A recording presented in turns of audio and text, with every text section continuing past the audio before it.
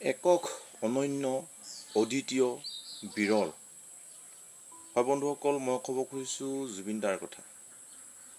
অসমৰ হিয়াৰ আমঠু, অসমৰ মৰমৰ শিল্পী জুবিন দা আমাৰ মাজত যিহেতু নাই, তাকে ঘৰতে আছোঁ বন্ধুসকল।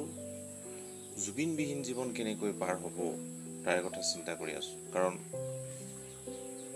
সৰুৰে পৰা প্ৰায় 30 বছৰ দিন গীত গাইছোঁ বুলি কৈছে, আৰু 30 বছৰ দিন যেতিয়াৰ পৰা গীত গাবলৈ আৰম্ভ কৰে তেতিয়াৰ পৰাই জুবিন দাৰ গান শুনিয়ে জীয়াই থাকিবলৈ অনুপ্ৰেৰণা পাইছোঁ, জীয়াই থাকিবলৈ হেঁপাহ, জীৱনৰ উদ্দেশ্য বিচাৰি পাবলৈ সক্ষম হৈছোঁ, এই বুলিয়ে ক'ব পাৰি।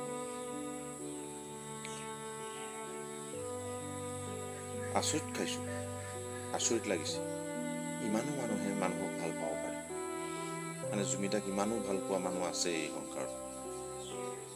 সেয়ে ক'ব খুজিছোঁ বন্ধুসকল, এই দৃশ্য যি ধৰণে ৰাজপথলৈ মানুহে হিলদল ভাঙি ওলাই আহিছে জুবিন দাক শেষ শ্ৰদ্ধাঞ্জলি জনাবৰ কাৰণে, এবাৰ মানুহজনৰ মুখখন চাবৰ কাৰণে, এবাৰ ওচৰতে পাবৰ কাৰণে, এই দৃশ্য একক, অনন্য, অদ্বিতীয় আৰু বিৰল বুলি কৈছোঁ।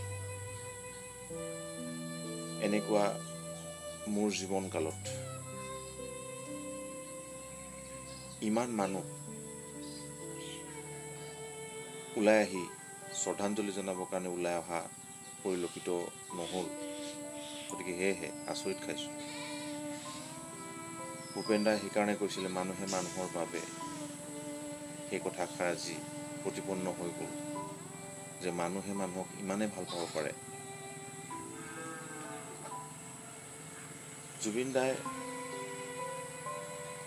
40টামান ভাষাত গীত গাইছে বুলি কৈছে, 38,000 মান গীত গাই থৈ গৈছে বুলি কোৱা শুনা যায়। গতিকে যিজন ব্যক্তিয়ে 40টা ভাষাত গীত গাব পাৰে, সেইজন ব্যক্তিয়ে জাতি, বৰ্ণ, ধৰ্মৰ ভেদাভেদ কেতিয়াও নিবিচাৰে। আৰু সেইকাৰণে কৈছিলে যে মোৰ কোনো ধৰ্ম নাই, মোৰ কোনো জাতি নাই, মই মুক্ত, এইদৰে কোৱা বহুকেইটা ফাংচন শ্ব'ত কৈছে। আৰু প্ৰকৃততে হয়, এই মহান ব্যক্তিজনে কেৱল বেলেগৰ কথা চিন্তা কৰি জীয়াই থাকিলে, নিজৰ কথা চিন্তা কৰা দেখা নগ'ল নিজৰ এই জীৱনকালত। আৰু সকলোকে আজি কন্দুৱাই আমাৰ মাজৰ পৰা বিদায় ল'লে। বন্ধুসকল, কেতিয়াবা ভাগ হয় যেন এয়া এক বেয়া স্বপ্ন, বেয়া সপোন।